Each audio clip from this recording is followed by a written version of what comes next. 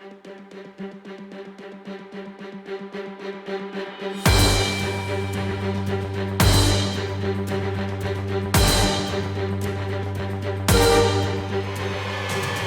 to Jefferson County Post Sports with Mike Stanley. I'm Mike Stanley, and our guest today is our Jefferson County Post Player of the Week, Junior Noah Carter. Noah, thanks for coming on with us, man. Thank you. Thanks for having me.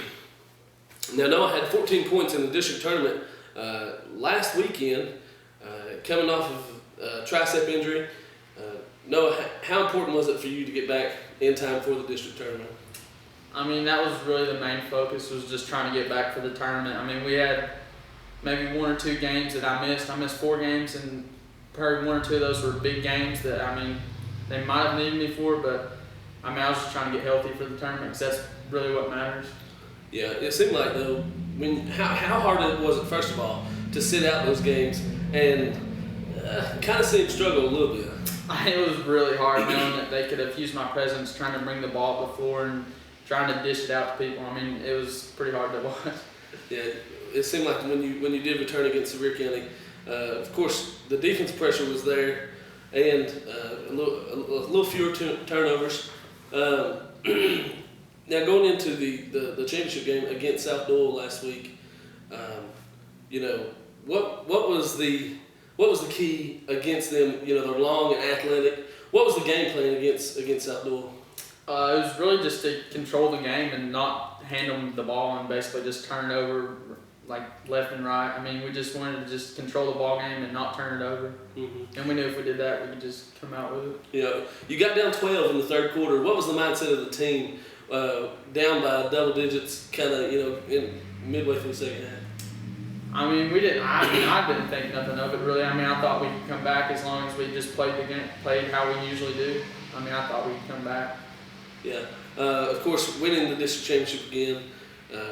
You did it last year in the district tournament. How important was it as a sophomore winning it last year? What made it special or different this year as a junior with the guys that you have on the team? Since it's back-to-back, really, and then playing with the 2 seniors, John and Kyle, and then, just playing with them, and we obviously going back to Mari. I mean, we won, I think, was it 2 or 3 at Mari with him, and it was just fun winning it with them again. Yeah. I know after the game, Jock Bruce, the guard for South Doyle, he tweeted to you and said and called you the best defender in the conference, hands down. What is that? How does that make you feel when a peer like him? Because I'm sure you hear it from coaches and other people. But when a peer, a guy that you just played against, says that about you, how does that make you feel? I mean, that's a huge compliment, saying I'm the best defender in the league, and I mean, it's a big compliment. Yeah. Well, especially I guess against a player the caliber of Jock. He's going to the University of Tennessee on a football scholarship, and knowing how athletic he is, and knowing that you were able to shut him down, that has to give you confidence moving ahead into the region. I mean, it does. I mean, I feel like I could really guard anybody. Mm-hmm. Well, I think a lot of people feel that way. The guard play against Dobbins Bennett while you were out, it seemed like it really. That's where Jefferson County was lacking was the defender on the perimeter. But now moving ahead into region, you guys have Science Hill on Tuesday night at 7:00. What is it? What's the game plan going into Science Hill? What has Chris Ford told you guys? Well, he's really emphasizing getting back down the court after we're scoring, because he knows, and we've seen that they like to push the ball up the floor, and they like to shoot a lot of threes, and just really getting back and contesting basically everybody, because mostly all of them will jack a 3. Mm-hmm. Well, going forward, you guys will be the number 1 seed in the region. Science Hill comes in as the number 4 seed. If you are able to get past that game, you have to like the next game even better. You get Sevier County again for the 4th time maybe, if they're able to knock off Tennessee High, or you get Tennessee High, who's had such an up and down season. They're 500 basketball team at best right now. I mean, yeah, that's we got a great draw in this tournament, and I mean, if we do get past Science Hill and we end up having to play one of those two, I think that we won't. I think we'll be able to handle both of those. Yeah. Now coming into maybe looking forward ahead into the region championship game, you could either play Dobbins Bennett again, or maybe a team like David Crockett. Crockett with Patrick Good being probably the best guard in East Tennessee, probably. And I'm sure that you'll get the task to match up with him.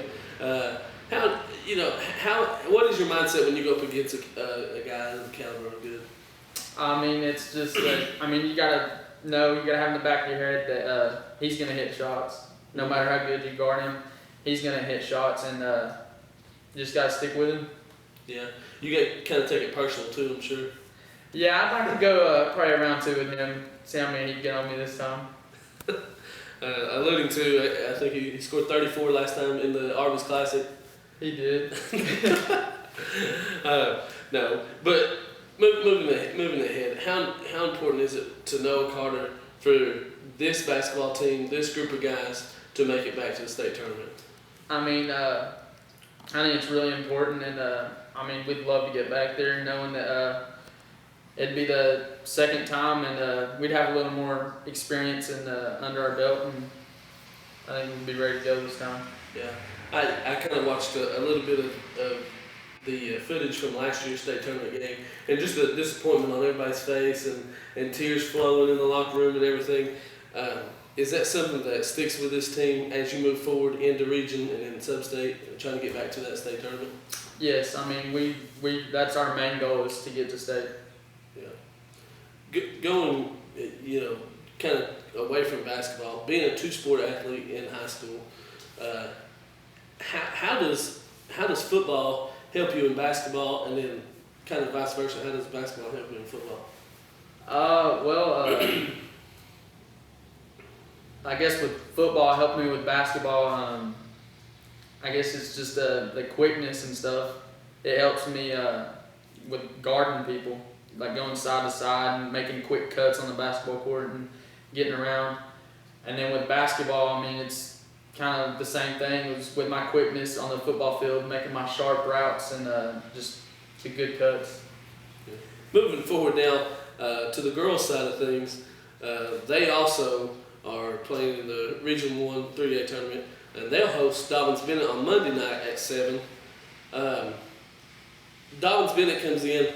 They're 21-10 overall. Jefferson County and Dobbins Bennett split the season series.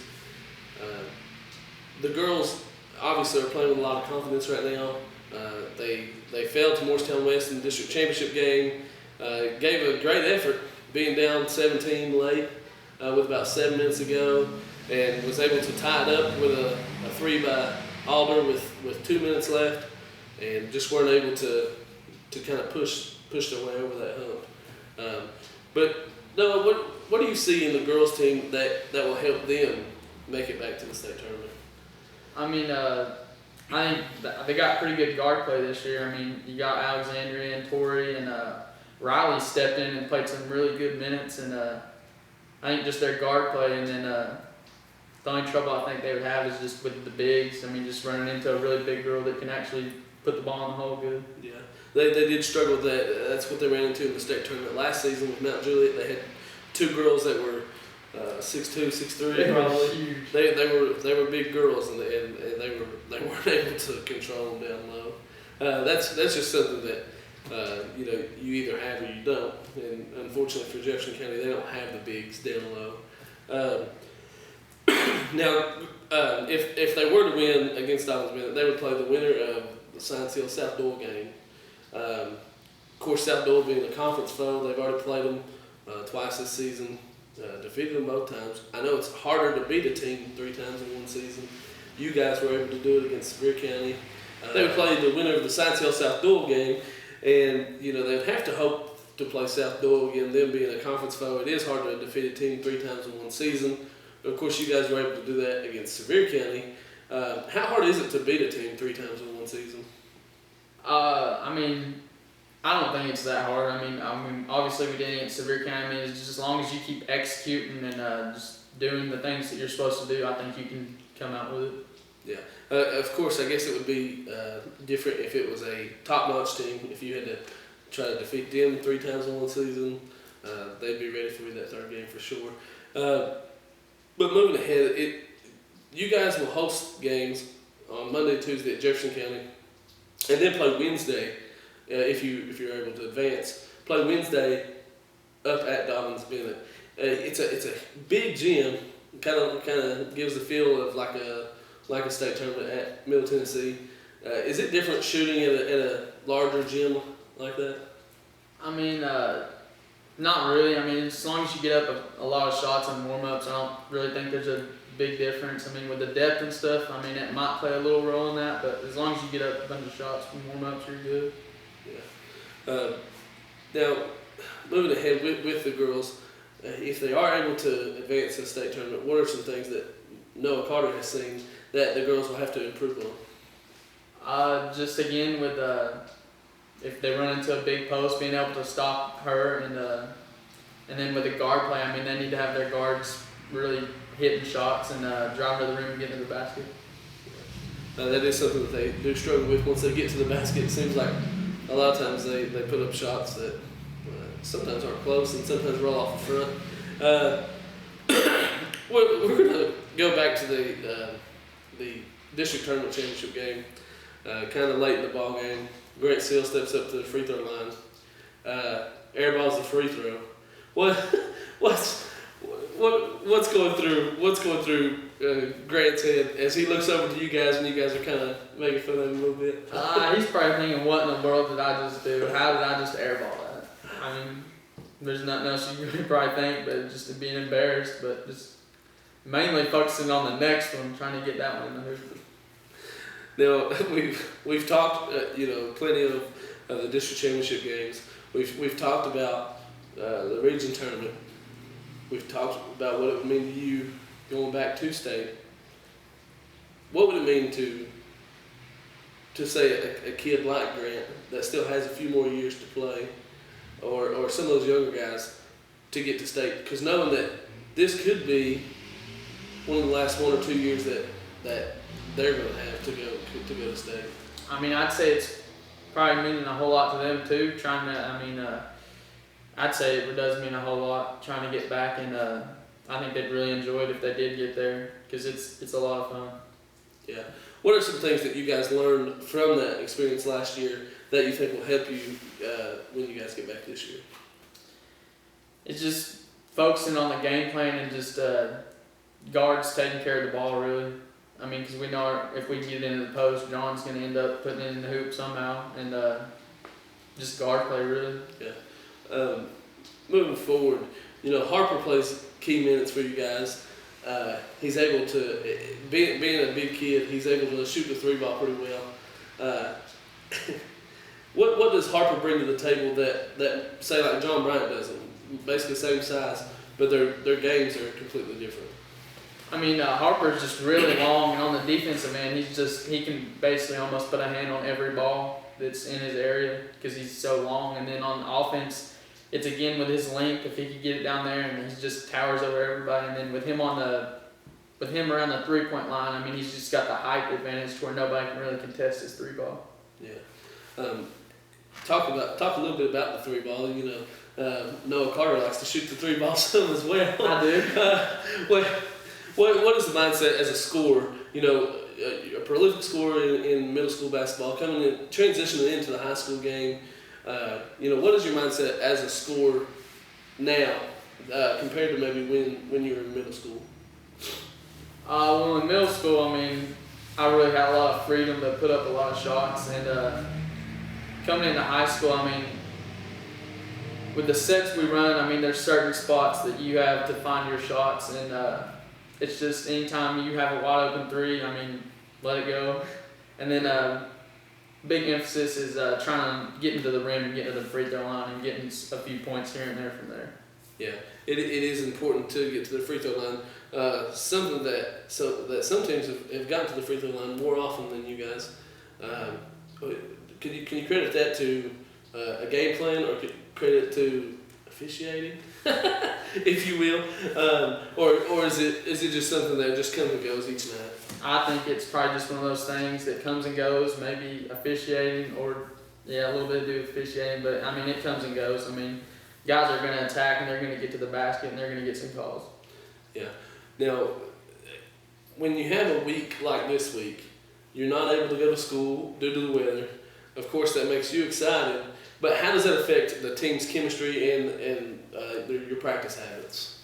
I mean, we've gotten in there all for, I think, one day. We've been able to get in there. And of course, today we weren't able to get in there. But, I mean, we've practiced quite a bit, and we've been getting, I mean, it's not been an easy week. I mean, we've been getting up and down the floor and just trying to keep ourselves in shape and just not trying to get rusty. Yeah. How is it in the new gym compared to maybe practicing at the freshman academy or someplace else, having your own gym back? I love it. I hated going over there every day after school, and during the summer I didn't like going over there really. Yeah. I mean, I like the main gym. Right. Now, we've talked about our teams in Jefferson County. We haven't gotten to talk about surrounding district tournaments. They haven't finished their district tournaments, and that's kind of hard to believe since we wrapped it up last Saturday. You know, in an instance of this, TWSAA has came out and said that it's up to the coaches of the schools that are left in the district in the consolation game and championship game, whether they want to play on Sunday or not, or just move ahead in the region tournament with the higher seed being the 1 seed in the championship, and so on. What would Noah Carter rather do? Would he rather just play in the district game on Sunday, or would he rather just take the seed and go on? I mean, I'd probably rather just play the district game and get that championship. I mean, it's a big game, and it'd be a fun game to play, and I wouldn't want to miss out on that. Yeah.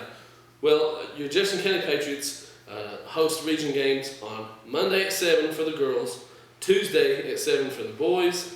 The winners will advance to play Wednesday. On the girls' side, Wednesday at 4 at Dobbins-Bennett, Wednesday at 8:30 at Dobbins-Bennett for the boys' side. And then, of course, the championship game being on Thursday up there in Kingsport as well. Noah, thanks for coming on with me, man. It was fun. Yeah, thanks for having me. For Jefferson County Post Sports with Mike Stanley, I'm Mike Stanley. That's Noah Carter. Thank you guys for watching.